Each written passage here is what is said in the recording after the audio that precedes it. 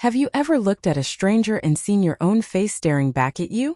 Not a reflection but a person. Someone who walks like you, looks like you, but carries secrets that could destroy everything you love? Zuri Miller thought the war was over. She thought winning custody, watching Jihan testify against his father, and exposing the conspiracy was the end. She thought she could finally breathe. She thought she could wake up in the morning without checking the locks 3 times, without scanning the street for unfamiliar cars, without wondering if today would be the day someone tried to take her son. But she forgot one thing. Secrets don't stay buried just because you win in court.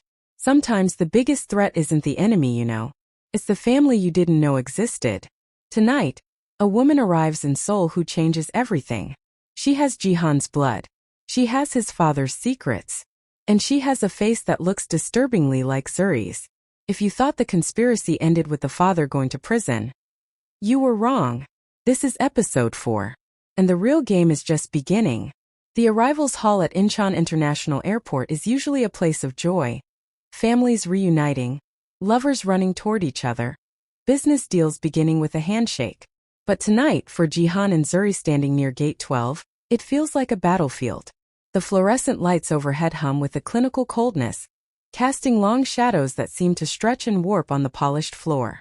The air smells of recycled oxygen mixed with duty-free perfume, coffee from the nearby cafe, and that indefinable scent of international travel, jet fuel and anticipation, and 1,000 different lives intersecting for brief moments before scattering again across the globe. Jihan stands rigid, a statue carved from anxiety and resolve. His charcoal gray suit is impeccable, tailored to the millimeter by the same designer who dresses half the chaebols in Seoul. But his posture is all tension, every muscle coiled as if anticipating a physical blow. His hand grips Zuri's so tightly her knuckles are turning white, the pressure almost painful but grounding. Zuri doesn't pull away. She anchors him. That's what they do now. They anchor each other against the tides of his family's chaos. She can feel the tremor in his fingers, a minute vibration that betrays the calm mask he wears for the world. She knows this tremor.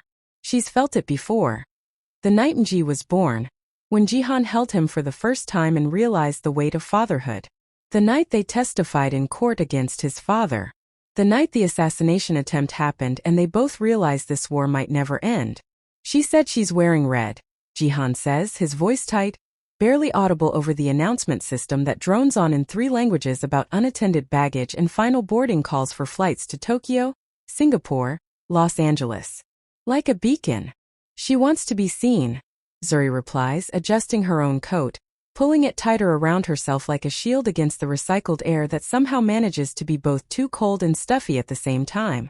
People who hide secrets usually dress quietly. People who want leverage dress to be noticed. She's making a statement before she even opens her mouth.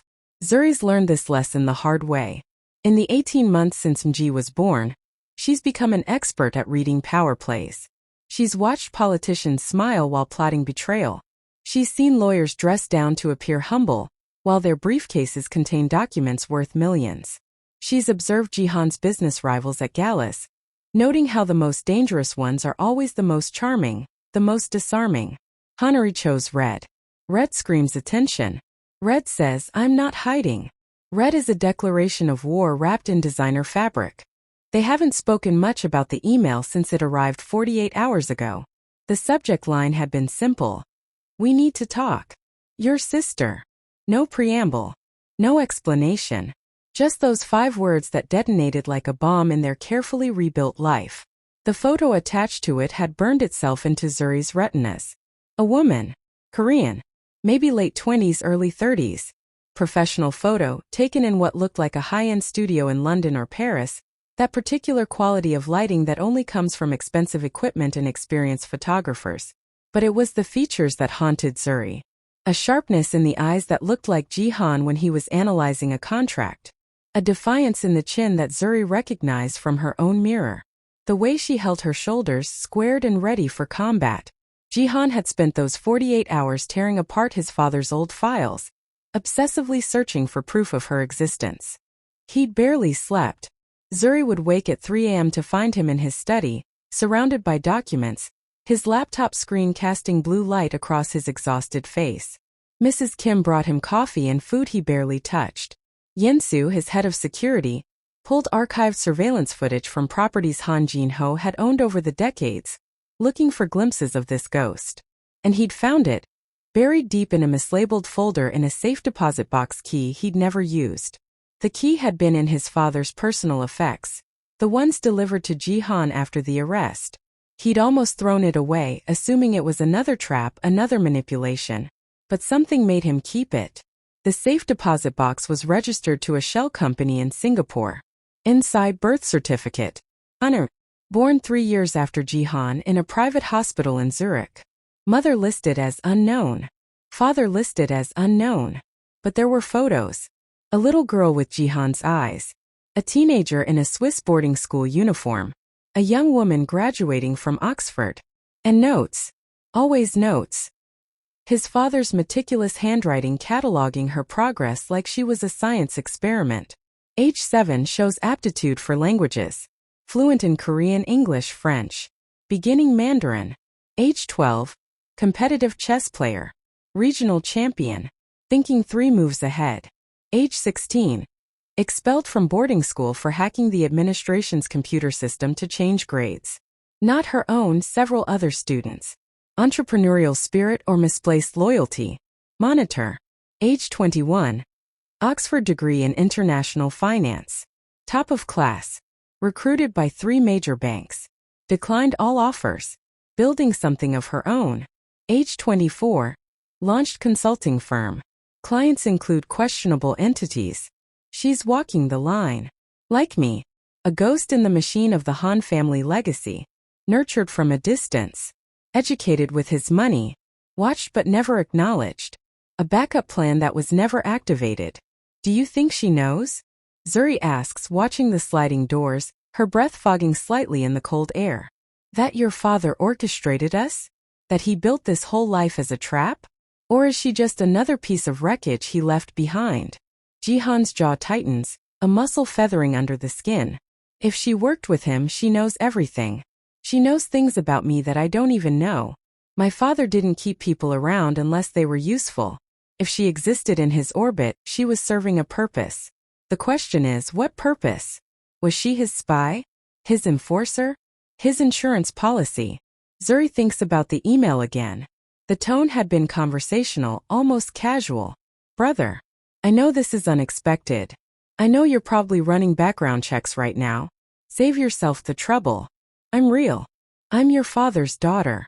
And I have information you need. Meet me at Incheon Friday 11 p.m. Gate 12. I'll be wearing red.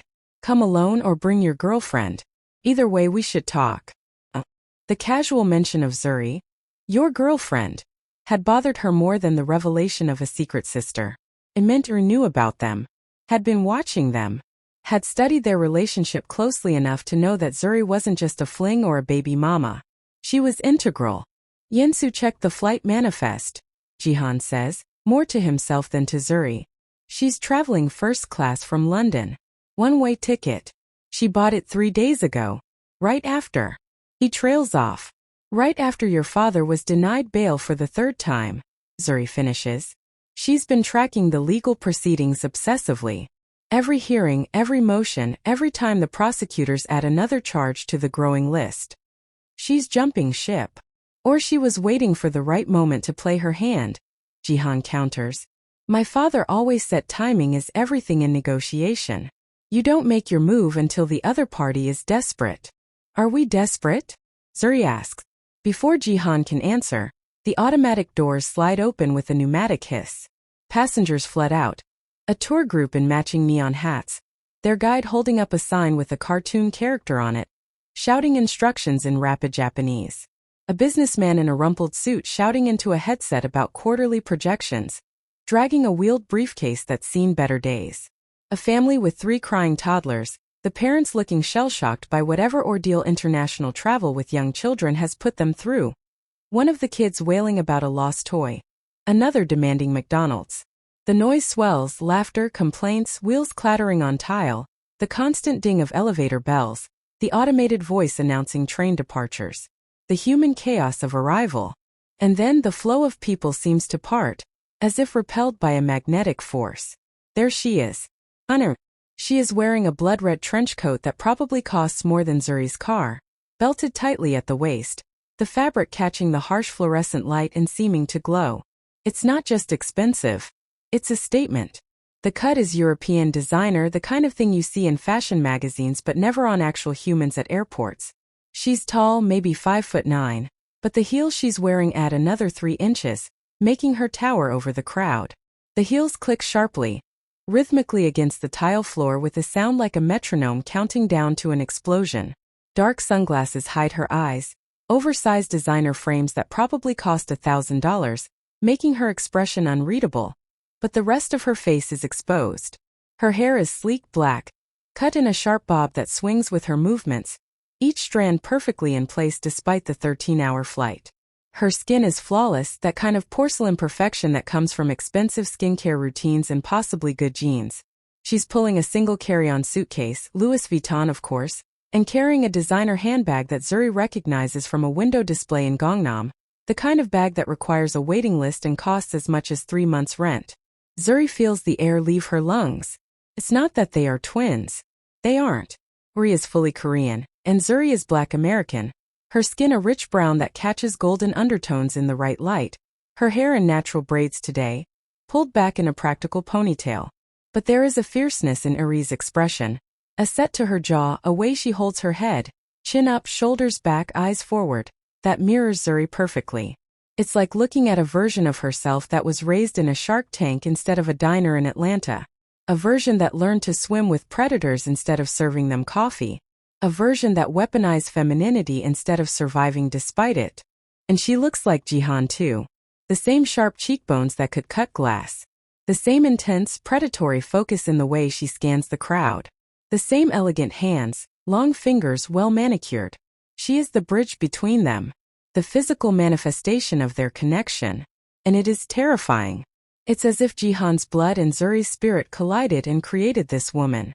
The genetic lottery produced something that looks like it was designed in a laboratory to unsettle them both. Uri stops in the middle of the walkway, causing a minor traffic jam of travelers who have to flow around her like water around a stone. She doesn't apologize or move aside. She doesn't look lost. She looks like she's assessing territory she intends to conquer. Her head tilts slightly as she surveys the faces, dismissing them one by one like a predator sorting prey from non-threats. A businessman gets a glance and a dismissal. A young couple holding hands gets ignored. A security guard gets assessed and categorized as irrelevant. Until her eyes, still hidden behind those sunglasses, land on Jihan. Even from this distance, Zuri can see her body language shift. A subtle straightening. Recognition. A small smirk touches her lips. Not of affection but of recognition. The smirk of a chess player who's just seen the board and confirmed her opponent's pieces are exactly where she expected them to be. Then her head turns, and Zuri feels the weight of that hidden gaze sliding over to her. The smirk fades. Uri tilts her head further, studying Zuri with clinical fascination, dissecting her. Zuri can almost hear the internal calculations. So this is the waitress. This is the woman my father chose. This is the mother of the heir. This is my competition. She walks toward them. Her gait is confident, fluid, predatory. Each step is measured, purposeful. She's not hurrying, but she's not hesitating either. This is a woman who knows her value and expects the world to acknowledge it. Jihan's bodyguards, Yensu and the new guy, a mountain of a man named Sung-ho who used to work presidential security, tense up, hands hovering near their jackets where Zuri knows they keep their weapons. They're recognizing a threat, even if they don't know the specifics. Yensu's eyes have gone cold and calculating, tracking Uri's hands, her bag, looking for bulges that might indicate a weapon. Jihan raises a hand to stand them down. It's okay, he says quietly, but his hand tightens on Zuri's. Uri stops 3 feet away, close enough to make the conversation intimate, far enough to maintain a power distance. She takes off her sunglasses slowly, deliberately, folding them with one hand in a practiced motion that speaks of years doing this exact gesture. Her eyes are dark, intelligent, and completely cold. They're Jihan's eyes. The same deep brown that looks black in certain lights. The same intensity, but where Jihan's eyes have learned warmth. Especially when he looks at Mjuri's are calculating. She's evaluating them the way an appraiser evaluates jewelry. Brother, she says. Her English is perfect, crisp, accented with something expensive, Swiss boarding schools maybe, or private tutors in London. The kind of accent that comes from moving between international cities, never quite belonging to any one place. And the girlfriend. She doesn't offer a hand. She just stands there, letting her presence take up space, demanding to be acknowledged. Zuri notices she's wearing perfume. Something expensive and complex, with notes of jasmine and something darker, muskier. It's the kind of scent that announces arrival. You didn't think I was real, Zuri says to Jihan. It's not a question. It's a statement of fact delivered with a hint of amusement. My father never mentioned you, Jihan replies, his voice ice. Every word is clipped, controlled. Not once in 30 years. Not in business meetings. Not at dinner. Not at family gatherings. Not when he was dying in the hospital last year. Not when he was arrested. You didn't exist in his world. Of course not, laughs. It's a sharp sound devoid of humor, more like glass breaking or ice cracking. He keeps his assets separate. That's rule number 1 in his playbook. You don't put all your investments in one portfolio. You were the public face. The heir. The legitimacy. The one he paraded at galas and board meetings. I was the contingency plan. The shadow. The one he kept in reserve for when the heir developed a conscience. She takes a step closer, and Yinsu's hand moves toward his jacket. She notices but doesn't care.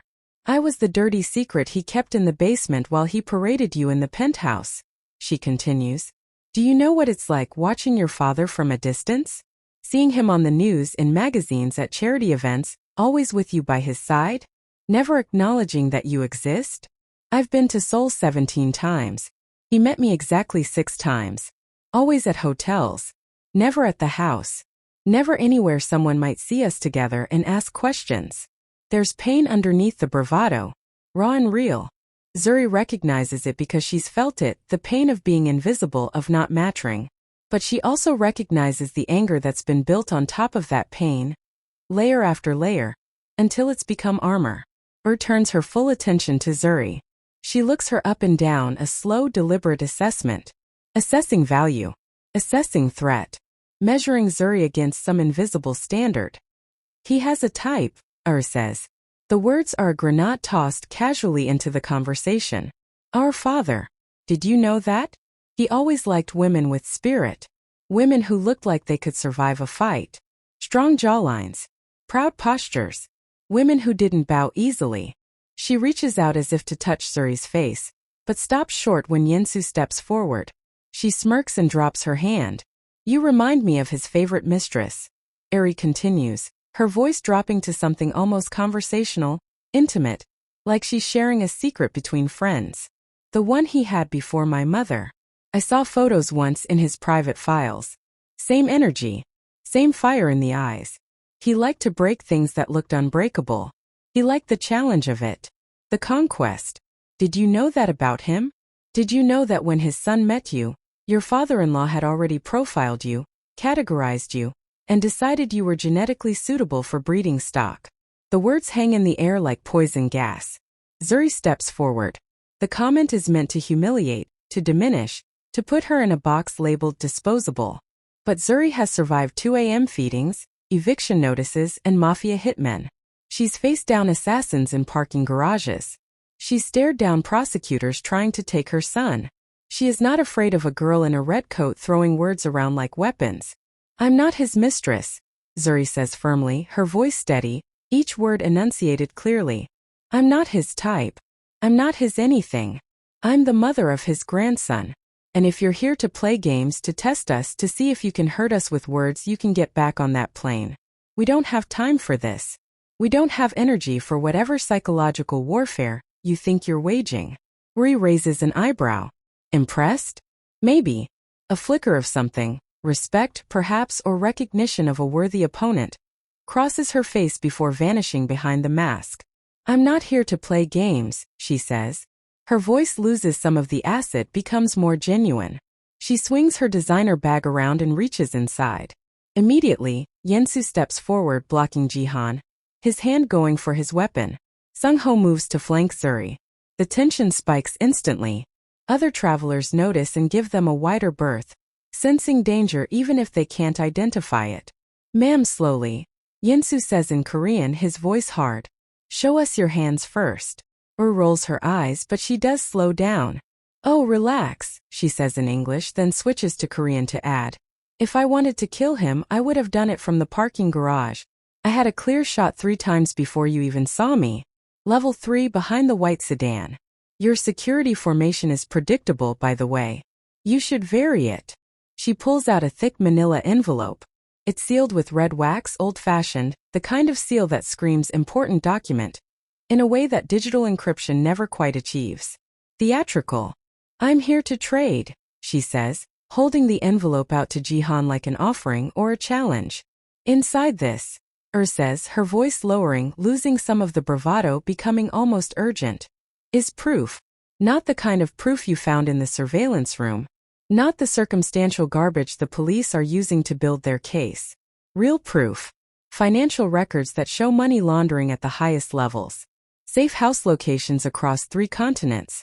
The names of the judges who are still on his payroll even while he's in prison, still taking his money, still ready to rule in his favor if he ever gets out.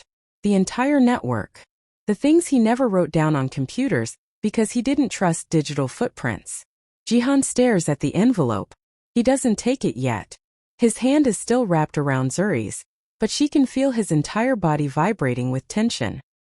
He's looking at the wax seal. His father's personal crest, the one he uses on official Han family documents. The dragon and phoenix intertwined. Why give this to us? He asks, his voice barely above a whisper. You're his daughter. His contingency plan. Why betray him now? Why not take his place? Why not use this information to blackmail your way into the empire? You clearly have the skill set. You found us. You timed this perfectly. You could have done anything with this information. Why bring it to me? Ri's expression hardens. For a second the mask slips completely, and underneath is something raw. Rage. Pure, unadulterated rage that burns so hot it's almost visible. Her hands clench into fists. Because he called me a mistake, she says quietly, but the words carry the weight of years of pain. To my face. 3 days ago. I went to see him. I called ahead, made an appointment through his lawyer, went through all the proper channels. I sat in that prison visitation room, separated by glass, and I asked him what the plan was for me. What role I would play now that everything was falling apart. I thought maybe this was my moment. Maybe he'd finally acknowledge me. Finally give me the position I've been training for my entire life. She laughs again, but this time it's broken. He laughed at me. He actually laughed. He said Jihan was the heir, the legacy, the investment that had paid off. And I was just debris. Debris from a failed experiment with a woman he didn't even like. He told me my mother was nothing. A translator he'd met at a conference in Geneva. Someone he'd used for 3 months and discarded when she got inconvenient. He said I was a mistake he'd been too sentimental to terminate, and that keeping me alive and educated had been an unnecessary expense he regretted. Her voice is shaking now, the carefully constructed armor cracking. He said, you were supposed to be insurance in case Jihan died. But he didn't die. So you're obsolete. Go away. Those were his exact words. Go away. Like I was a child asking for attention at a bad time. She takes a step closer, pressing the envelope into Jihan's chest with both hands. I hate him, she whispers. More than you do. Because he loved you in his twisted sociopathic way. He wanted you to succeed him. He spent 30 years molding you, teaching you, giving you everything. Me? He just wanted me to disappear. To stay in the shadows and wait for orders that never came. So I decided, I'm not disappearing. I'm joining the winning team. I'm going to watch him burn. And I want to light the match. Jihan takes the envelope. It feels heavy, weighted with decades of sins, corruption, betrayal. The paper is thick, expensive. His father always used expensive paper for important documents. I want in, Ari says, stepping back, wiping her eyes quickly, regaining her composure piece by piece. The mask clicks back into place, but now they've seen what's underneath. I want my share of the legitimate business. I want a seat at the table. A real seat, not a shadow position. And in exchange, I'll give you the weapon you need to bury him forever. I know where the bodies are buried, Jihan. Literally. I know about the construction projects that poured concrete over corpses. I know about the offshore accounts the prosecutors haven't found. I know about the blackmail material he kept on everyone from district attorneys to ministers. I can give you everything. Zuri watches her carefully. She sees the desperation behind the arrogance. She sees a woman who has been discarded and is fighting for a place in the world. Any place, even if it means betraying the only parent she's ever known. But she also sees a threat. Because anyone willing to betray their own father is dangerous. Anyone who can turn on blood so easily is a wild card. What happens when they disappoint her? What happens when she decides they're not useful anymore? And if we say no? Zuri asks. If we tell you to take your envelope and your leverage and your designer coat and get back on a plane to London? What then? Ri puts her sunglasses back on, hiding her eyes again. When she speaks, her voice has gone cold again, professional. The vulnerability is packed away. Then you'll never see the silent partners coming, she says. And trust me, they make our father look like a kindergarten teacher. You think you won a war? You just won a skirmish. The real army is still out there. And they're coming for what he stole from them. They're coming for the money. And when they don't find it, they're coming for blood. Starting with yours. The words land like blows. Zuri sees Jihan's face go pale. He knows something. Some name, some reference that means something to him. The silent partners, Jihan says slowly. He mentioned them. Once. In a meeting when I was 16.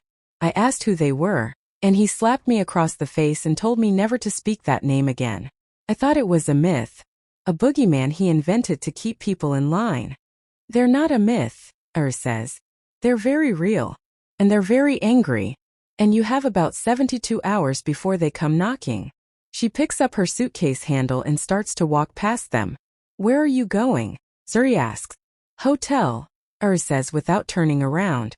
I assume you need time to verify the documents. To argue about whether I'm trustworthy. To call your lawyers. When you're ready to talk seriously, you have my number. No, Zuri says firmly. Both Jihan and Uri stop and look at her. You're coming with us. Right now. Excuse me, Uri says. You just told us we have 72 hours before international criminals come looking for us. Zuri says. You brought us this envelope, which means you're a target too. You don't get to walk into a hotel under your real name and wait. If they're tracking you, that's the first place they'll look. You're coming to our safe house. You're staying where we can protect you and where we can watch you. Uri stares at her for a long moment. Then that smirk returns. She's smart, she says to Jihan. Smarter than he gave her credit for. Everyone underestimates her, Jihan says. It's usually the last mistake they make. The safe house is a penthouse in Gangnam with bulletproof glass and private elevator access. Purchased through a shell company 3 months ago when it became clear they'd need a place the media didn't know about. The decor is modern, cold, and personal. A sharp contrast to the warmth Zuri had tried to build in their actual home before they had to abandon it. Everything here is chrome and glass and sharp angles. Even the art on the walls is abstract and cold. The drive from the airport was tense. Uri sat in the back seat, looking out the window at Seoul's nighttime skyline like a tourist seeing it for the first time. Or a conqueror surveying new territory. She didn't make small talk. Neither did Jihan or Zuri. Yinsu drove, constantly checking mirrors, taking random turns to check if they were being followed. When they arrive, Mrs. Kim is waiting in the foyer. Ji bundled in her arms. The baby is awake, those big eyes so much like Jihan's, taking in the scene. He sees his parents and makes a happy sound, arms reaching. Uri stops when she sees him. Really stops like she's hit a physical wall. She stares at the baby with an expression Zuri can't quite read. Hunger. Longing. Recognition. That's him, she asks quietly. The genetic leverage? That's Nji, Zuri says firmly, taking her son from Mrs. Kim. She holds him protectively, and Nji immediately snuggles into her, tiny fingers gripping her shirt. His name is Nji. He's 8 months old. He likes bananas and hates sweet potato. He's learning to clap. He's a person, not a thing, and if you can't see that, this conversation is over. Ur blinks, and for a moment she looks lost. Of course, she says quietly. I'm sorry. I've been reading father's files for so long. His language gets in your head.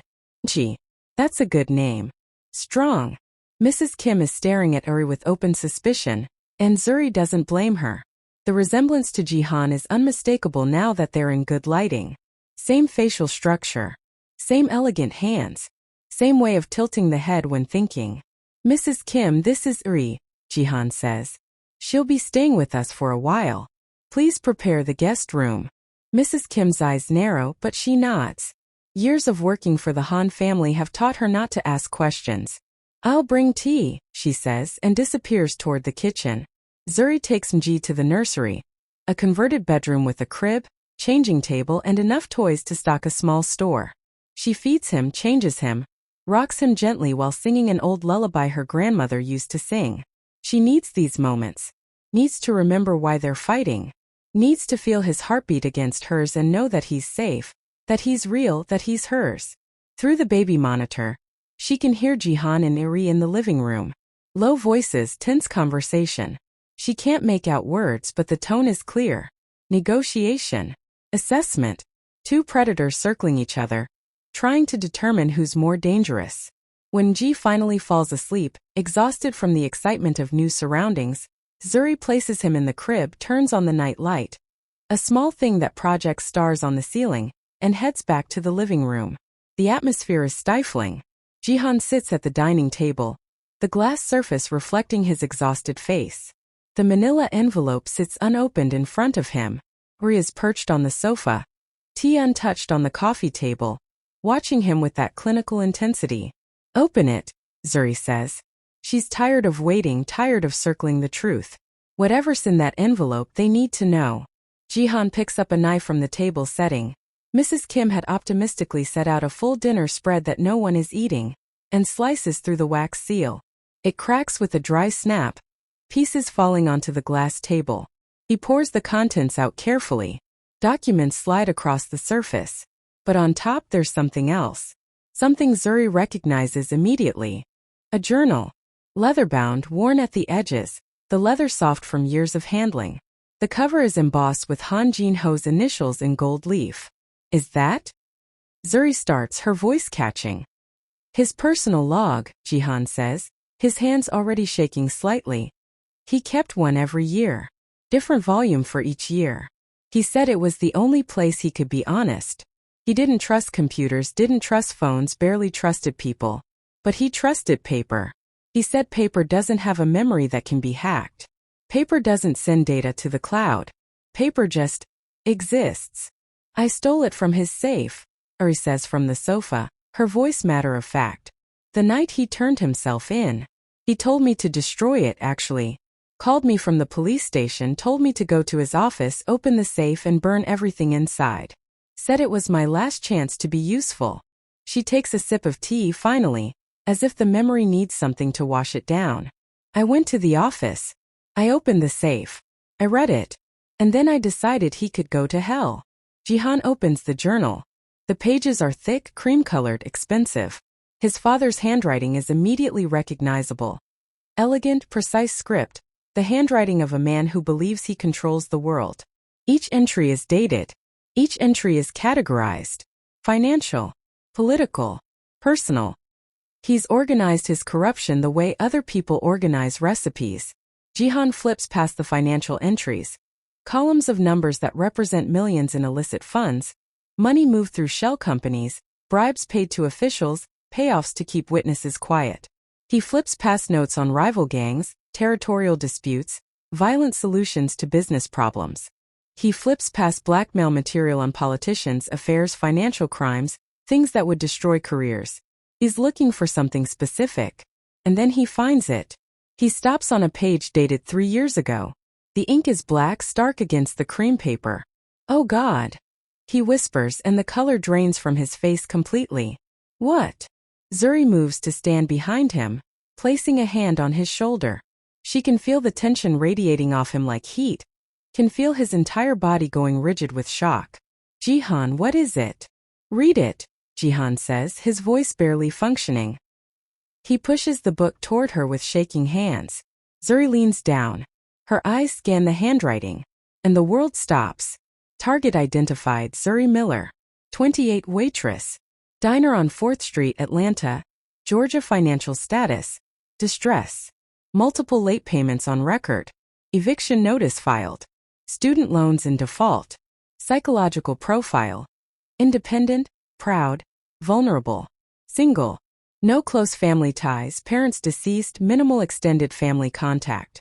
Displays maternal instincts, observed with customers' children. Perfect candidate for asset integration. Physical type matches parameters. Proceed to phase 1. The words blur. Zuri has to blink several times to bring them back into focus. Her hands grip the edge of the table so hard her fingernails dig into the glass. He was watching me. She whispers and her voice sounds distant, like it's coming from underwater. Before I met you. Before you even walked into that diner. Before we even existed together. He profiled me. Like a target. Like a mark in a con. Her mind is racing backward, rewriting history. That diner. She'd worked there for 2 years. A crappy little place with vinyl booths and coffee that tasted like burnt sadness. She'd been saving tips in a jar, trying to make rent, trying to pay off the mountain of student loans from a degree she never got to finish because her mother got sick and she had to drop out to take care of her. She remembers being lonely. She remembers lying awake at night in her tiny apartment, listening to sirens and the couple next door fighting, wondering if this was all there was, wondering if she'd ever meet someone, wondering if she'd spend the rest of her life serving coffee and faking smiles and going home alone. Keep reading, Jihan says. His voice sounds dead, hollowed out by horror. Zuri reads the next entry dated 2 weeks later. Asset deployment, Jihan. Introduction staged for Tuesday night, 11 p.m. Route from office to home diverted via traffic control assets. Officer Park, intersection 4th and Main. Force stop at diner. Ensure emotional connection through manufactured vulnerability. Coffee spill scenario. Son is unaware of manipulation. Believes himself in control of situation. Genetic leverage required for succession planning. Timeline: 6 to 8 months to pregnancy. Asset Zuri profiled as likely to maintain pregnancy despite complications. Proceed. The room spins. The edges of Zuri's vision go dark. She has to grab the back of the chair to steady herself, and even then her legs feel like they might give out. Staged, she says, and the word tastes like poison. Our meeting. The night you came into the diner. The night you accidentally spilled coffee on your shirt and insisted on buying me dinner to apologize. It wasn't an accident. She remembers that night with perfect clarity. It was late, almost closing time. She'd been exhausted, her feet aching from a double shift. The diner was empty except for one old man at the counter nursing coffee he'd been refilling for 2 hours. Then Jihan had walked in. Expensive suit, expensive watch, but there was something in his eyes. A loneliness that matched hers. He'd sat at the counter, ordered coffee, and then he'd reached for the cream at the same time she'd been refilling the dispenser, and coffee had gone everywhere, all over his perfectly tailored shirt. He'd laughed. She'd apologized profusely, grabbing napkins, trying to help. He'd waved it off, said it was his fault, said his dry cleaner knew him by name anyway, so what was one more ruined shirt? Then he'd looked at her, really looked at her, and said, I owe you an apology, and probably a new uniform shirt. Can I buy you dinner to make up for the chaos? She'd said yes. She'd said yes because he had kind eyes and a nice smile and because she was so damn tired of being alone. They'd gone to a 24-hour Korean barbecue place. They'd talked for 4 hours. She'd told him about her parents, about her failed college career, about her dreams of travel she'd probably never achieve. He'd told her about the pressure of the family business, about feeling trapped in a life that was chosen for him, about wanting something real. She'd thought it was fate. She'd thought it was magic. She'd thought the universe had finally given her something good. The traffic diversion, Jihan says, standing up abruptly. The chair scrapes loudly against the floor. He paces to the window, looking out at the city he thought he controlled, realizing he was just a piece on the board. I remember. There was construction. A water main break, they said. I had to detour through a neighborhood I never drove through. I remember thinking it was odd, that street was always clear. I remember my driver seeming confused when I told him to stop at the diner. But I insisted. I said I wanted coffee. I said I wanted to see something real, not another corporate dinner. He turns to face Zuri, and there are tears on his face. Jihan, who never cries, who maintains perfect control, is crying. Zuri, I swear to you, I didn't know. I thought I met you. I thought I chose you. I thought it was real. I thought I was finally doing something for myself, something my father couldn't control. I thought you were my rebellion, my freedom, my choice. But he sent you, Zuri says, and her own voice is shaking now, her vision blurring with tears she refuses to let fall. He maneuvered you like a chess piece. He knew where I'd be. He knew what I needed: attention, affection, financial security. He knew you were looking for something real, something outside his world. He played us both. He engineered us. Like we were experiments in a lab. Ri is watching from the sofa, saying nothing. Her face is unreadable, but there's something in her eyes, pity, maybe, or understanding. She's lived in the shadow of their father's manipulations her entire life. This isn't shocking to her. This is just how Han Jin-ho operates. He engineered the meeting, Jihan insists, walking back to Zuri, grabbing her shoulders, needing her to believe him, needing her to see him and not his father's puppet. Yes, he put me in that room. He created the circumstances. But what happened after? The conversation? The way we laughed? The way I felt when I looked at you and realized I'd never felt that seen by another person? That was us. That was real. He can't engineer chemistry. He can't engineer love. He can't manufacture the way my heart stops when you walk into a room. He can't script the way I feel when I hold our son. Can't he? Zuri pulls away from him, wrapping her arms around herself. She feels naked, exposed, like every moment of their relationship is being held up to harsh light and revealed as a lie. Look at the book, Jihan. Look at what he calls our son. She points to the page with a shaking finger. Genetic leverage secured. Pregnancy confirmed at 8 weeks. Phase 1 complete. Asset Zuri responding to protocol. Maintaining pregnancy despite financial instability. Son's attachment to asset proceeding as projected. Phase 2. Integration into family structure.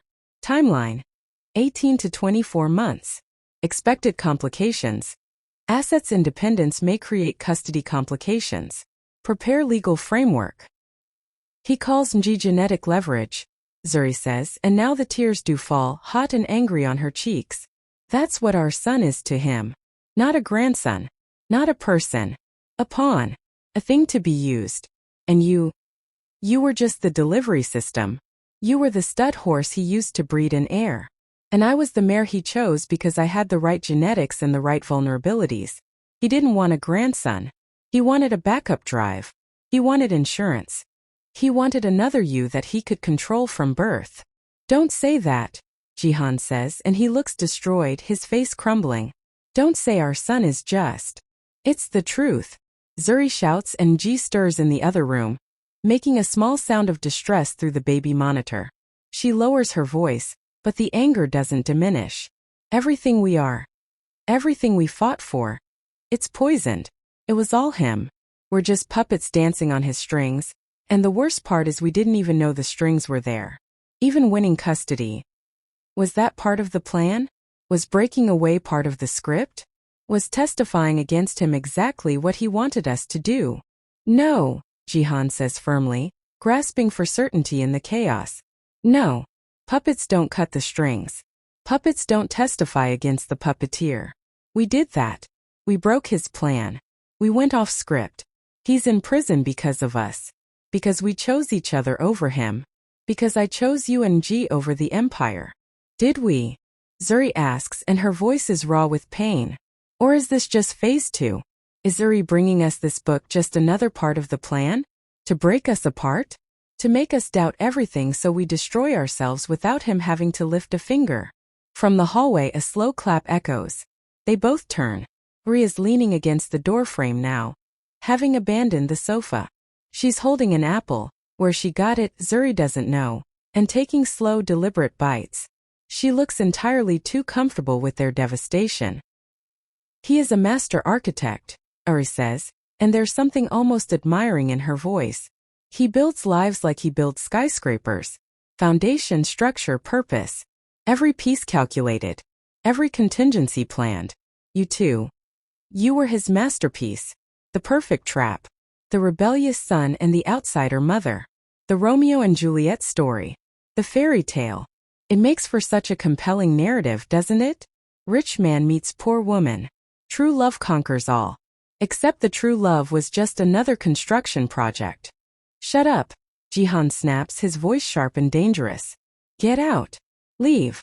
This conversation doesn't concern you. But it does, Zuri says, taking another bite of apple.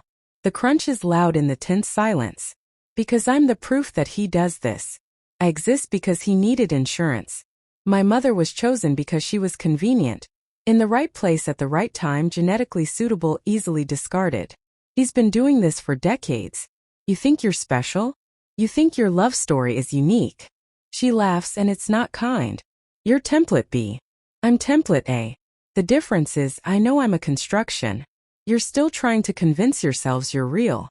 We are real, Zuri says, but her voice lacks conviction. She's looking at the journal, at page after page of calculations, and she's wondering what's real and what's programming.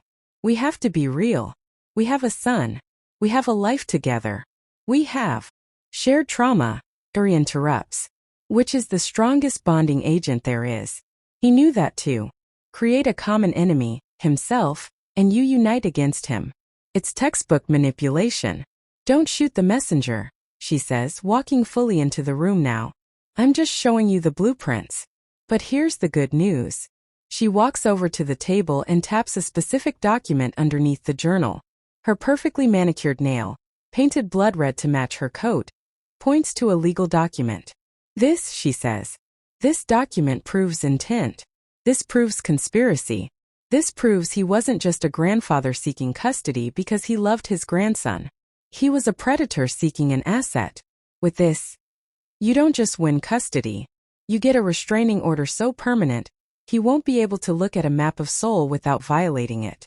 You get legal documentation that he's a danger to your child. You get protection. Zuri looks at the document. It's a trust deed, typed on official letterhead from some law firm in Singapore. Her eyes scan the legal language, dense and impenetrable, until she gets to the key clause. Upon birth of Han Min-jae, the asset, all rights, privileges and ownership transfer to the Bo Group Family Trust, with Han Jin-ho as primary trustee. The asset shall be raised according to specifications outlined in Appendix A, Education, Appendix B, Physical Development, and Appendix C, Behavioral Conditioning. The asset's biological parents, temporary custodians, retain physical custody subject to trust oversight and approval. It's illegal. It's insane. It's damning. He tried to own him, Zuri whispers. He tried to legally own our son. Like property. Like a car or a building. It's unenforceable, Zuri says. No court would honor it. But it's evidence of intent. It proves he views Mji as an object, not a person. It guarantees Mji's safety forever. No judge on earth would grant custody to a man who itemized his grandson like a piece of real estate. She's right. This document is their salvation. It's the smoking gun that proves Han Jin-ho isn't fit to be near any child, let alone his grandson. With this they win. Completely. Permanently. But using it means accepting that the foundation of their love was a lie. That everything they built together was constructed on manipulated circumstances. That their story isn't a love story. It's a case study in psychological control. We use it, Zuri says. Her voice is cold now. Steel. All the warmth has been burned away by betrayal, leaving only survival instinct. We use everything in this journal. We take it to the prosecutors. We make sure he never ever sees Mji again. We finish this. Zuri. Jihan starts, reaching for her hand, needing to touch her, needing to bridge the gap that's opening between them. She steps back, putting physical distance between them. We use it. We bury him. We make sure he never sees Mji again. We make sure he pays for every manipulation, every lie, every life he's destroyed. She looks at Jihan, and her eyes are empty of the warmth he's used to. Empty of the love that sustained them through assassination attempts and custody battles and media scrutiny. She's looking at him like he's a stranger, and it breaks something in him. And then, she says, her voice flat and controlled. We figure out if there's anything left of it that wasn't built by him. Because right now, I don't know if I'm looking at my partner or just another one of his assets. I don't know if your love is real or just programming. I don't know if when you hold me you're choosing me, or just following a script he wrote 3 years ago. The words land like physical blows. Jihan's face goes white. I don't know if Nji exists because we wanted him. Zuri continues, each word carefully chosen, precise as a surgeon's scalpel, or because we were told to want him. I don't know if any of this is real. She turns and walks out of the room, heading toward the nursery. She needs to hold her son. She needs to feel something that she knows, absolutely knows, is real and uncomplicated. The love she feels from Ji. That can't be engineered. That can't be manipulated. That's bone deep and primal in hers. Jihan is left standing alone in the living room, with his half-sister smiling cruelly at him from across the table. She's tough, Ura says, finishing her apple and looking around for somewhere to dispose of the core. I see why he picked her. She's got survivor written all over her. She won't break. She'll bend, she'll adapt, but she won't break. That's rare. Jihan looks at her, really looks at her. Sees the calculation in her eyes, the way she's watching him like he's a data point in an experiment. If you say one more word, he says quietly, and there's something dangerous in his voice, something that reminds her that he's his father's son too, that he learned at the feet of a master. I will throw you off this balcony. I don't care what information you have. I don't care what connections you can provide. Say one more thing about her, about us, and you're done. Uri mimes, zipping her lips, but her eyes are dancing with something that might be respect or might be amusement. She's enjoying the show. She's enjoying watching the perfect construction crack under pressure. She sets the apple core on a napkin and stands. I'll be in my room, she says. When you're ready to talk strategy instead of emotions, let me know. We have 72 hours, remember? The silent partners are coming. And when they get here, they won't care about your love story or your identity crisis. They'll just care about the money. And if they don't get it, they'll settle for blood. She walks out, her heels clicking on the hardwood floor. And Jihan is left alone with a table full of evidence that his entire life is a lie. Part 3, Dinner with Ghosts. Mrs. Kim, bless her, tries to create normalcy. She always tries. It's her superpower.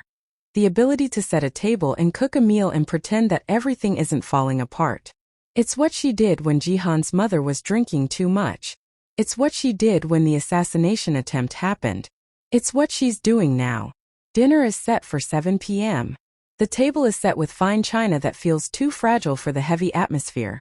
Porcelain so thin you can see light through it, inherited from some Han ancestor who probably manipulated people over these same plates. The smell of the food clashes with the scent of expensive perfume and anxiety. Mrs. Kim has cooked comfort food. Kimchi jjigae bubbling in a clay pot. Galbijim so tender the meat falls off the bone. Perfectly steamed rice. Banchan spread across the table in small dishes. It's the kind of meal meant to warm and soothe.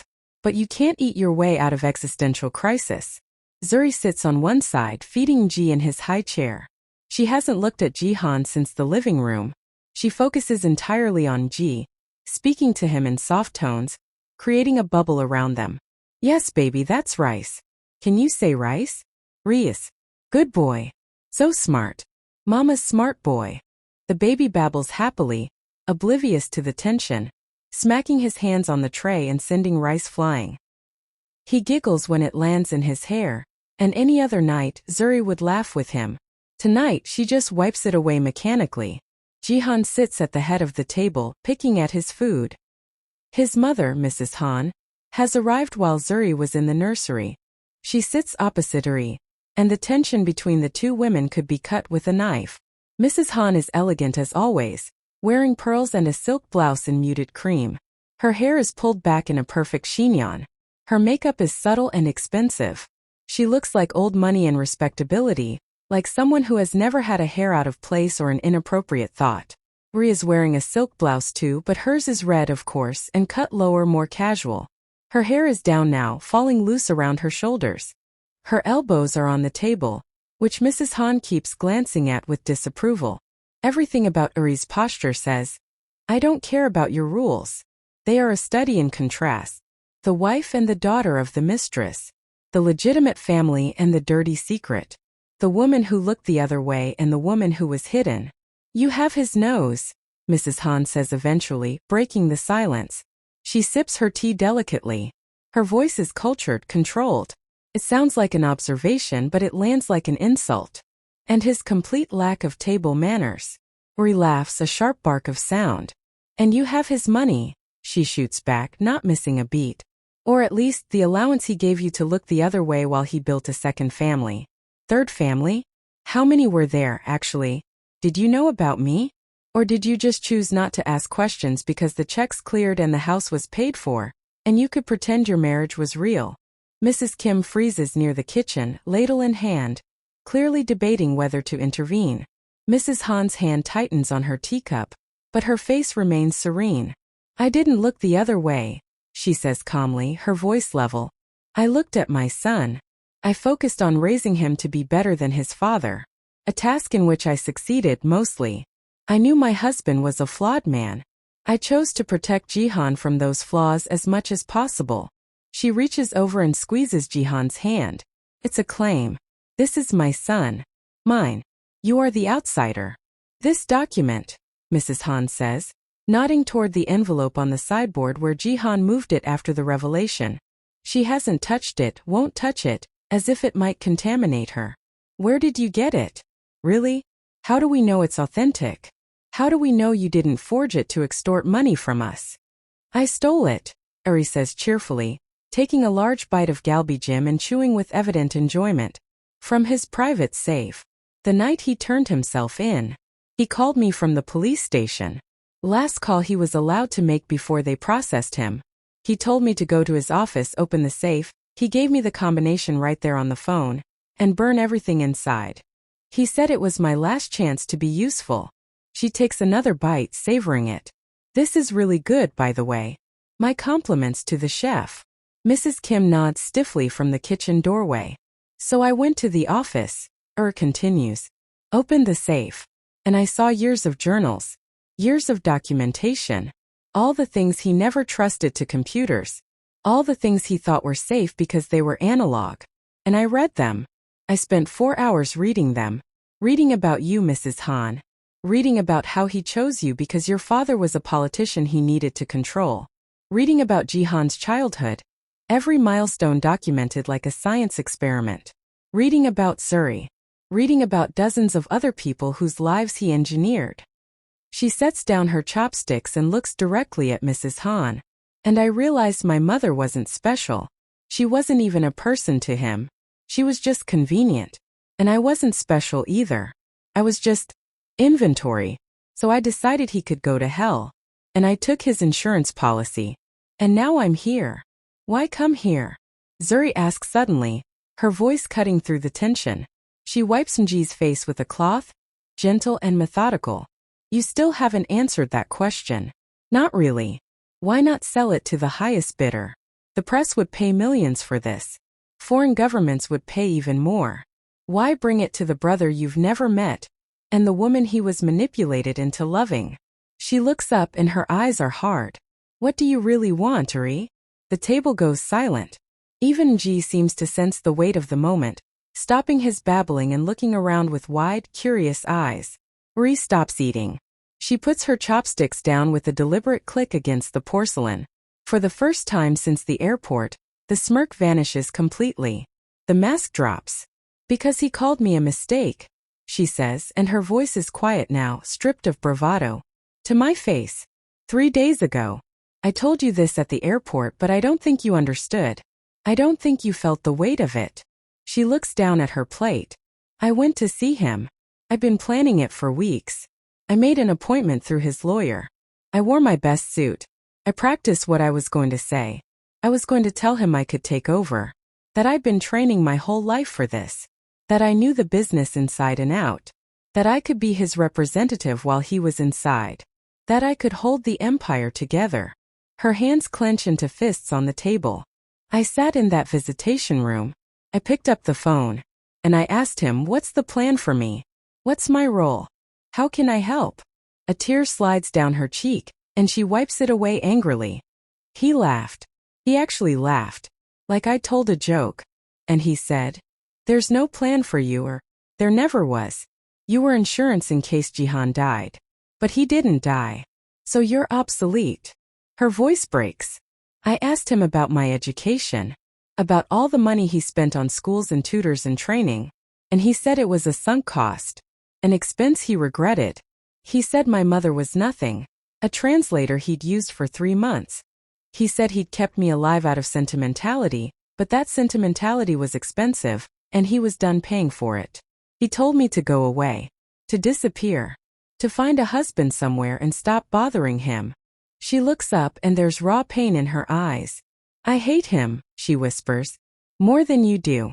Because he loved you, Jihan. In his twisted sociopathic way, he loved you. He wanted you to succeed him. He spent 30 years grooming you. Every lesson, every punishment, every manipulation. It was because he cared about what you became." She points to herself. "Me? I was just a mistake he didn't abort. I was backup software that never got installed. I was a spare tire that never got used. And now the car has been in an accident and the tire is still sitting in the trunk, wondering why it was even purchased." The room is so quiet that Mji's soft breathing through the baby monitor sounds loud. "So yes," says, pulling herself together, reconstructing the mask piece by piece. "I want in. I want 20% of the legitimate Bo Group shares. I want a seat on the board. I want my name on the door. I want legal recognition as a Han. I want the world to know I exist. I want him to see me succeed. I want him to watch from prison while I take everything he said I couldn't have." "Absolutely not," Mrs. Han says, her voice sharp now, cutting. "You are not family. You are a reminder of his infidelity. You are proof of his weakness. You think we should reward you for being the product of his affair? You think you deserve a seat at a table you never earned. I have the DNA, says. Her voice has gone cold again, professional. And I have the leverage. You need what I have. The journal is just the beginning. I have account numbers, passwords, contacts. I have the names of the silent partners. I have the locations of safe houses across 3 continents. I have everything you need to dismantle his empire and protect yourselves. Family is not DNA, Zuri interrupts. Everyone looks at her. She's still holding the cloth she used to wipe Mji's face, her hands busy with it, folding and refolding. She doesn't look up. Family, Zuri says, and there's something broken in her voice but also something steel-strong, is showing up. Family is protecting each other. Family is what Jihan does every morning at 7 a.m. when he changes diapers, even though he has staff who could do it. Family is what Mrs. Kim does when she cooks meals we're too stressed to eat. Family is what Mrs. Han does when she visits even though she hates this safe house and everything it represents. She finally looks up, and her eyes lock onto her. You want to be family? You want the name? You want the seat at the table? You have to earn it. You don't buy your way in with stolen journals and leverage. You don't trade information for belonging. How then? Ri asks. What do I have to do? Prove you're not him, Zuri says simply. By giving us everything. Not just the journal. Not just the convenient pieces. The silent partners. The names you mentioned at the airport. The account numbers. The passwords. Everything. And you don't ask for anything in return. You give it because it's the right thing to do. You give it because it protects an 8-month-old baby who never asked to be born into this mess. You give it because family protects family, even when it's hard. Ri hesitates. Real fear flickers in her eyes for the first time since they met her. If I give you those names, we are all dead. They are not people you cross. They're not people you expose. They are organizations that span continents. They have resources that make our father look like a corner store operator. We're already dead if we don't fight back, Jihan says, speaking for the first time since the meal began. His voice is tired but resolute. Who are they? Tell us. Now. No more games. Who are the silent partners? Ri looks around the table. At the family that isn't hers but could be. At the baby who shares her blood. At the brother she never knew. At the woman who might understand what it means to be used. At the mother-in-law who already hates her. She makes a decision. The triad, she whispers, and the word seems to suck oxygen from the room. Specifically, the 14K triad out of Hong Kong. the Red Dragon cartel out of Mexico, a faction of the Russian Bratva operating in Eastern Europe, and a loose network of Yakuza clans in Japan. She takes a shaky breath. My father wasn't just a crime boss. He wasn't just running protection rackets and illegal gambling. He was their banker. He laundered money for the biggest criminal organizations in Asia, Europe, and Latin America.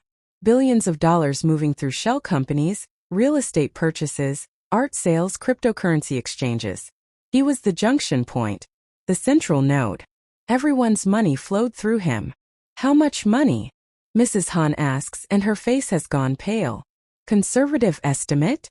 $30 billion over the last 2 decades, Eri says. He took a percentage, of course. Standard banking fees.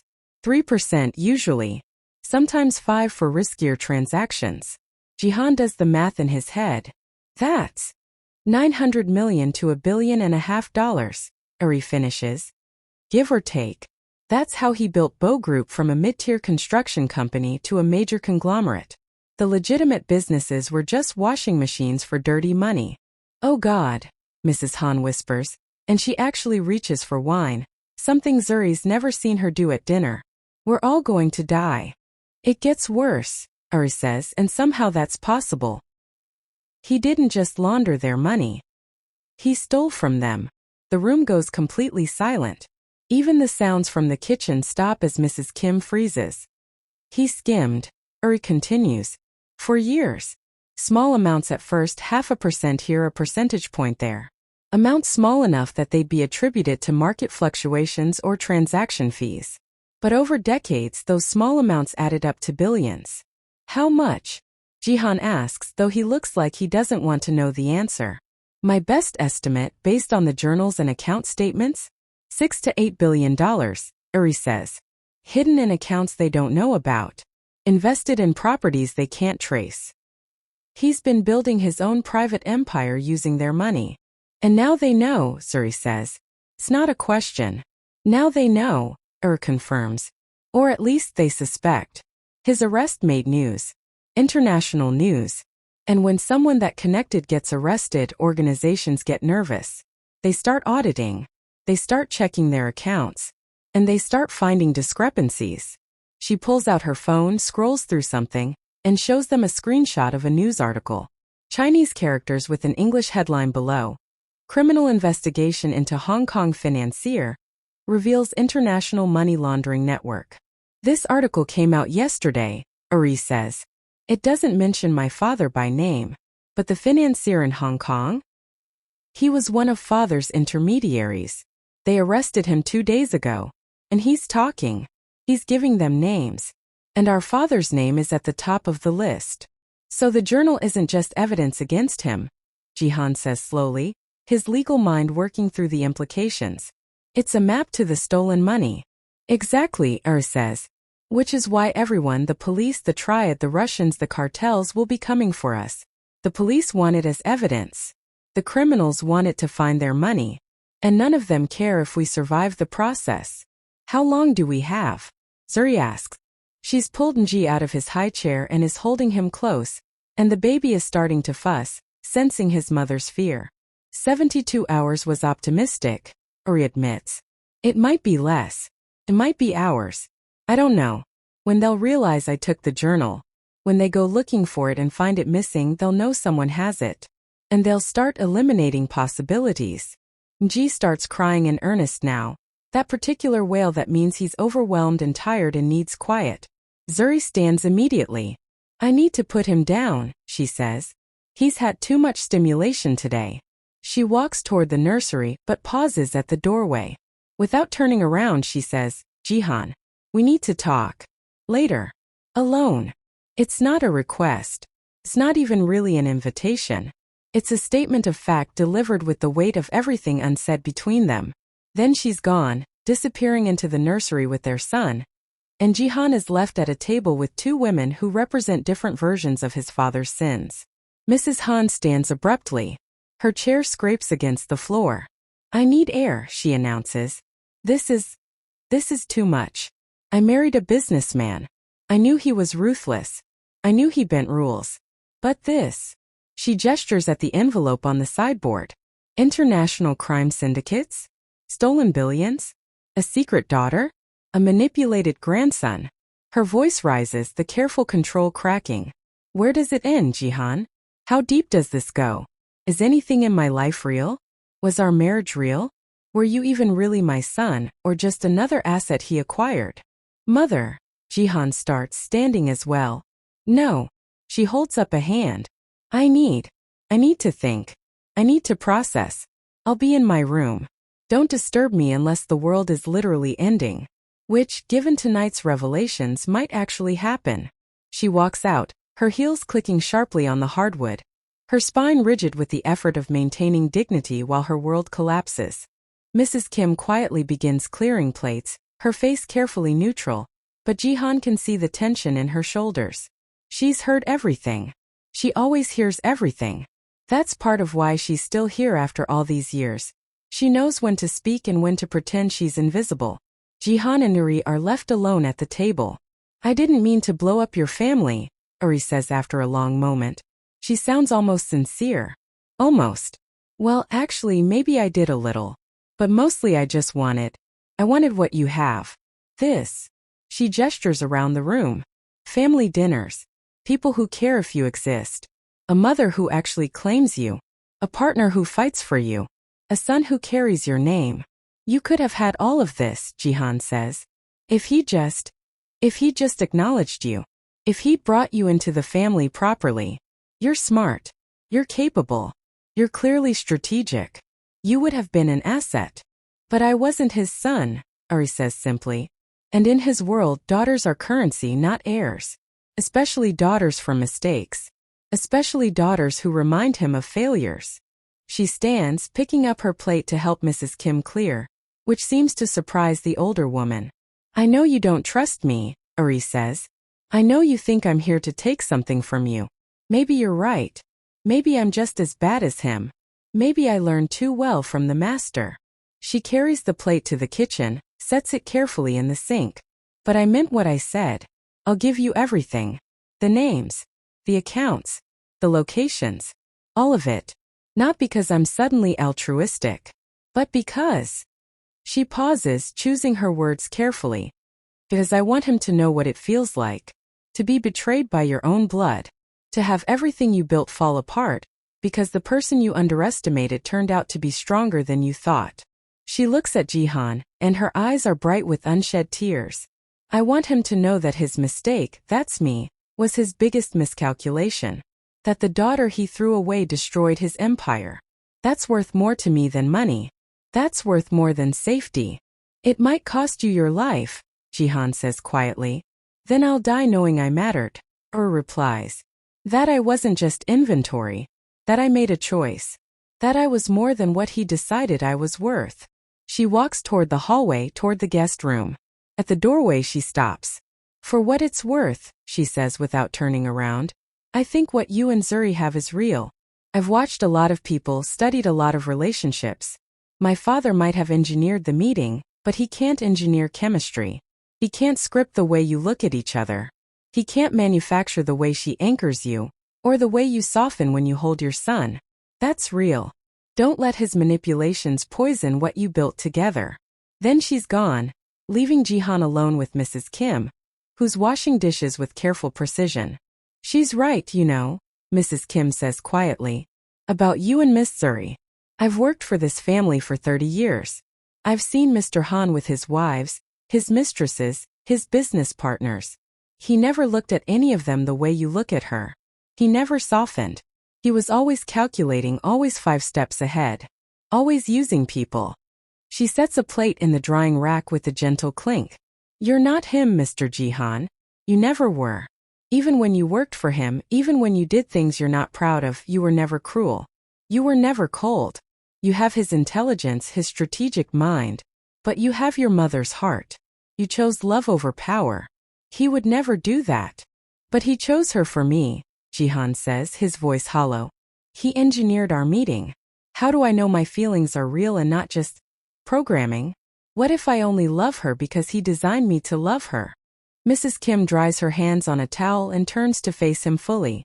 Mr. Jihan, Listen to me. I raised you. I changed your diapers. I taught you to tie your shoes. I was there for your first day of school, your first heartbreak, your first business deal. I know you better than anyone except maybe your mother. She puts a hand on his shoulder. Your father didn't design your heart. He might have put you in that diner, but he didn't make you stay. He didn't make you go back. He didn't make you fall in love with her laugh, or the way she argues with you, or how fiercely she protects your son. That was all you. That was your choice. How can you be sure? Jihan asks, and he sounds like a child again, lost and needing guidance. Because I watched you fight him for her, Mrs. Kim says simply. I watched you choose her over everything he built. I watched you testify against your own father to protect her and your son. Nobody programs that kind of sacrifice. Nobody engineers that kind of love. That's real, Mr. Jihan. That's the realest thing in your life. She pats his shoulder and goes back to the dishes. Now go talk to her. She's scared. She's hurt. She's questioning everything. But she loves you. I see it in how she looks at you when you're not watching. I see it in how she trusts you with your son.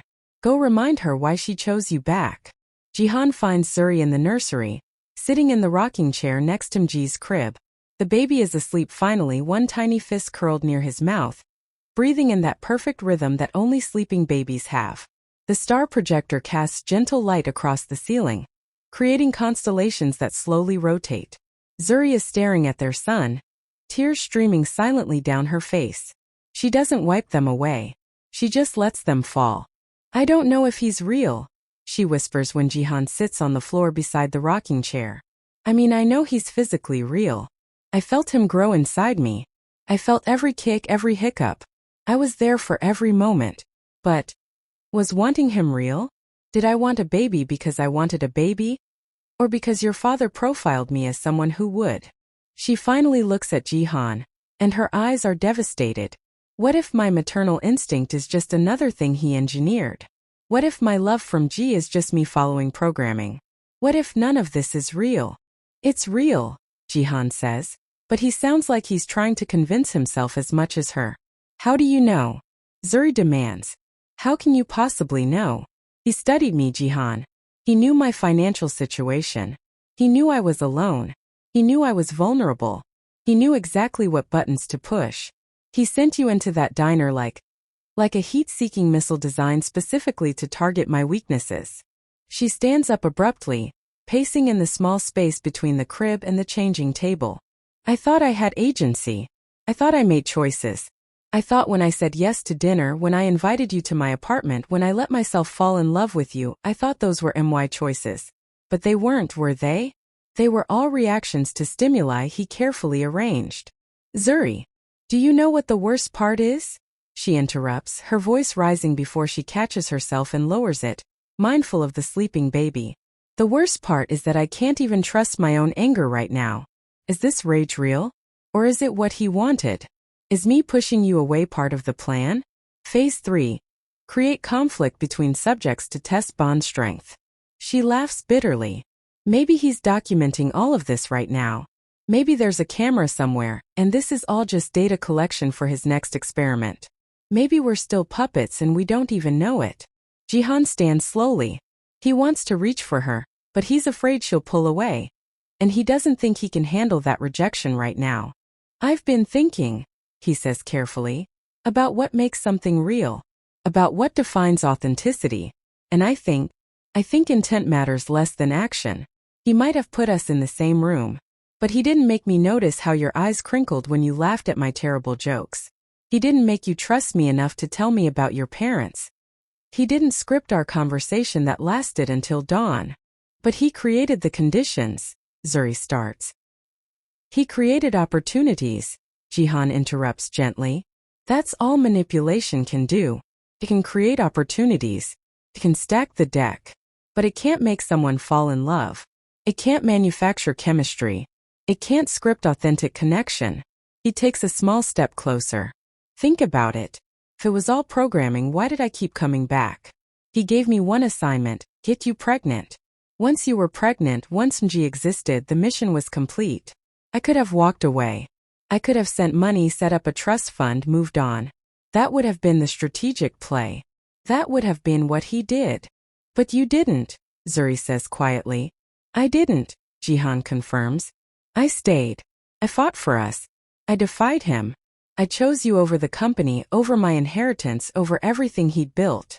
That wasn't programming. That was love. Real, messy, complicated, human love. He moves closer still. And you. You could have taken the money and run. When he offered you $10 million to disappear, to give up custody, to let us raise Mji while you lived comfortably somewhere else, you said no. You fought. You testified. You put yourself in danger to protect our son. That wasn't programming. That was you making a choice. Zuri is crying harder now, but she's also listening. We're not puppets, Jihan says, and now he does reach for her, taking her hands in his. We're people who were put in a manipulated situation and then made real choices. Yes, he engineered the meeting. But we engineered everything after. We built something he never intended. Actual love, actual family, actual partnership. But how do we know? We don't, Jihan says simply. We can't ever know for sure. There's no blood test for authentic love. There's no scan that proves our choices were truly free. All we have is faith. Faith in each other. Faith in what we've built. Faith in this. He gestures to Mji, sleeping peacefully in his crib, unaware of the existential crisis his parents are having. Look at him, Jihan says. Really look at him. He has your stubbornness. That's not genetic engineering. That's learned from watching you fight for him every day. He has my curiosity. That's not manipulation, that's because I spend hours reading to him and showing him how things work. He's real, Zuri. He's the most real thing in both our lives. And we made him, not because we were programmed to, but because we loved each other enough to create life. Zuri looks down at their sleeping son. Mji shifts slightly, making a small sound, then settles back into deep sleep. I'm terrified, she whispers. I'm terrified that everything I feel is just conditioning. I'm terrified that I'll wake up one day and realize I never really loved you, that it was all just trauma bonding and Stockholm Syndrome and manufactured chemistry. I'm terrified that Mji will grow up and realize his parents were just science experiments who reproduced. I'm terrified too, Jihan admits. Every day. I'm terrified I'm becoming him. I'm terrified that every strategic decision I make, every time I calculate odds or plan 3 steps ahead, is proof that I'm just his clone. I'm terrified that loving you was the one thing I did that was truly mine, and now even that's been taken away. He squeezes her hands.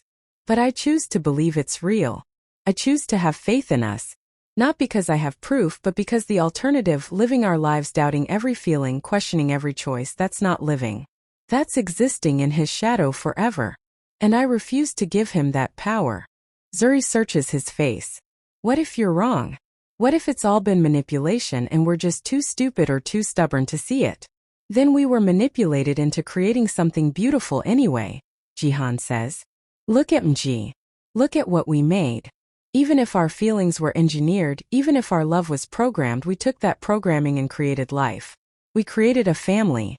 We created something that goes beyond his control. That matters. That's real, regardless of how it started. He pulls her close, and this time she doesn't resist. She collapses into him, and they stand there in the soft glow of the star projector, holding each other while their son sleeps. I love you, Jihan whispers into her hair.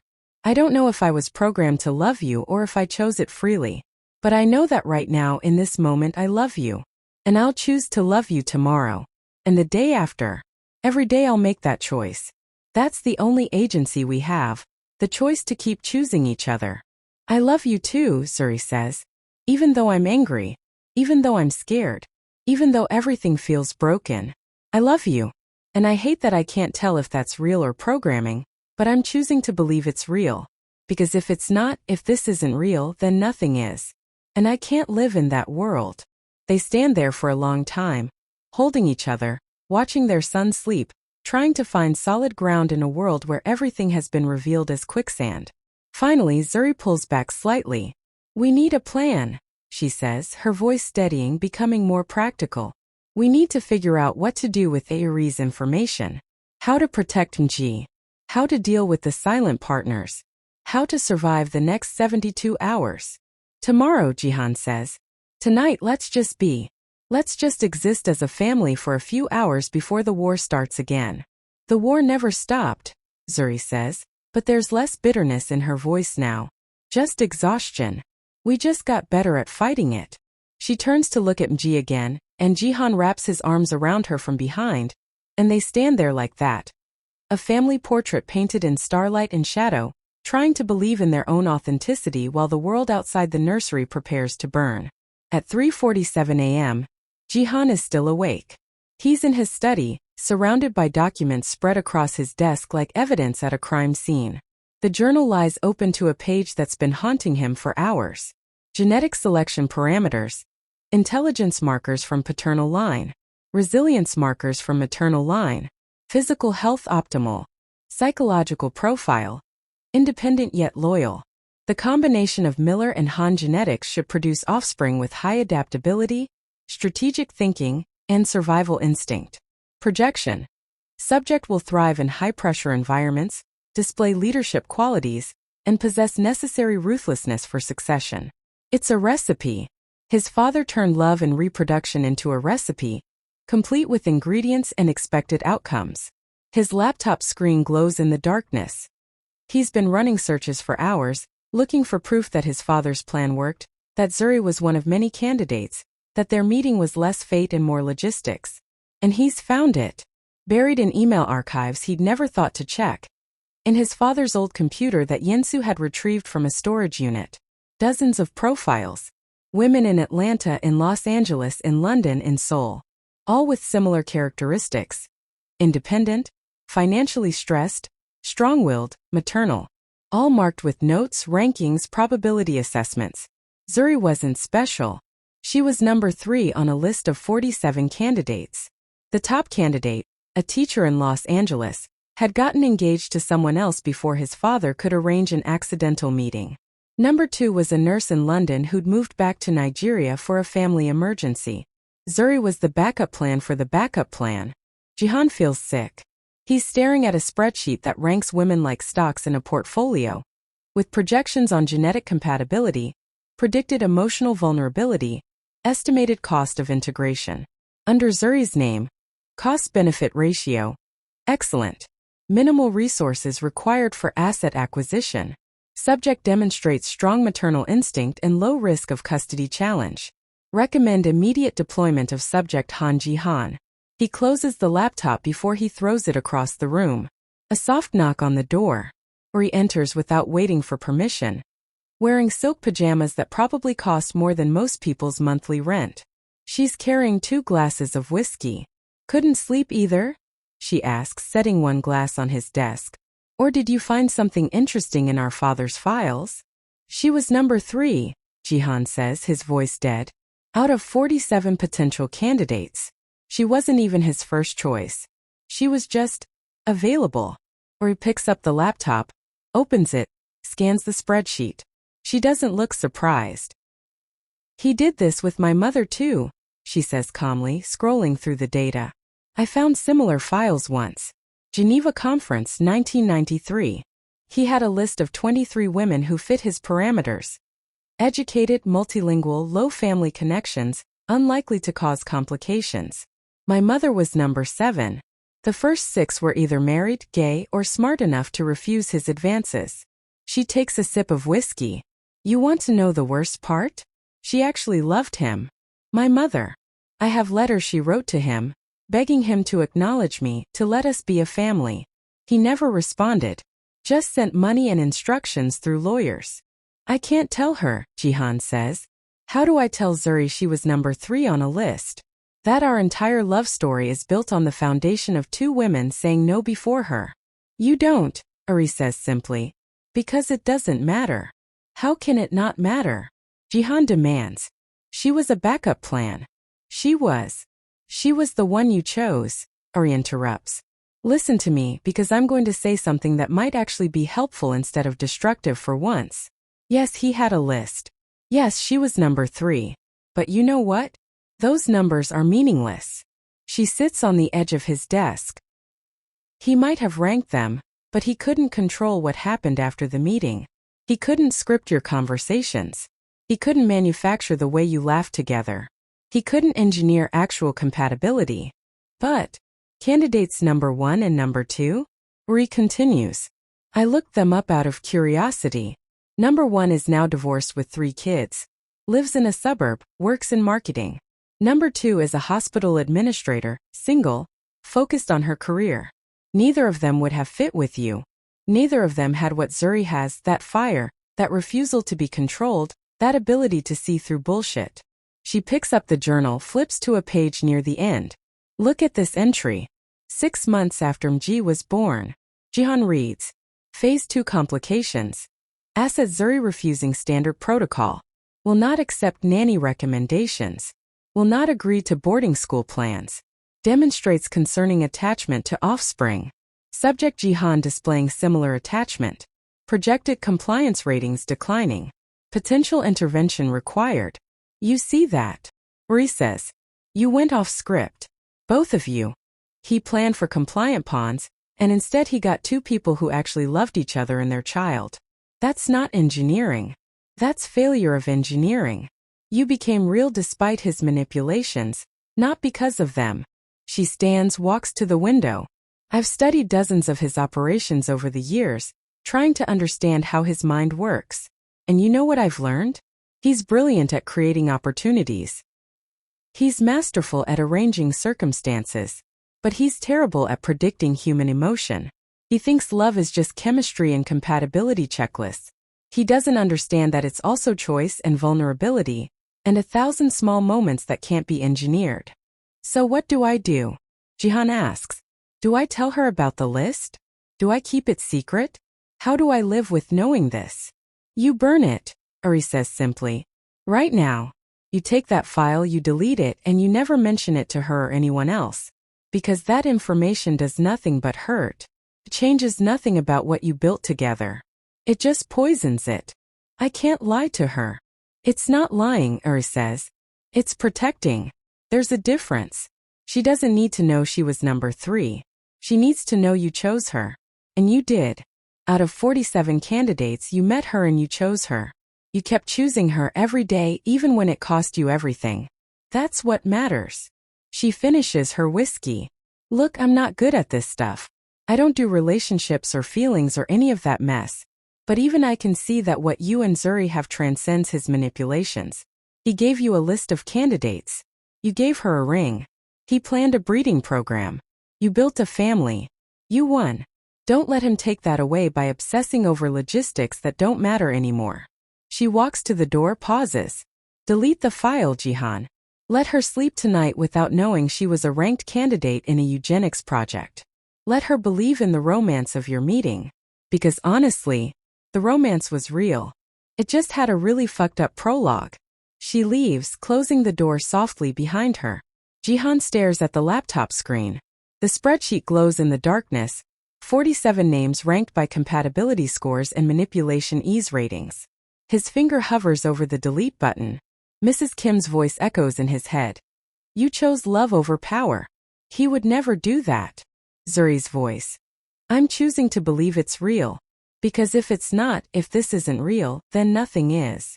And Ari's voice just moments ago. You won. Don't let him take that away. He presses delete. The file disappears. Then he empties the trash. Then he runs a secure delete protocol that overwrites the data 7 times. By the time he's done, the spreadsheet exists nowhere except in his memory. And he chooses not to remember it. He chooses instead to remember the way Zuri looked that first night in the diner. Tired but still smiling, strong but somehow vulnerable, beautiful in a way that had nothing to do with his father's genetic parameters and everything to do with how she carried herself, how she laughed, how she looked at him like he might be worth knowing. He chooses to remember that. Because that was real. That will always be real. Even if it started with a list.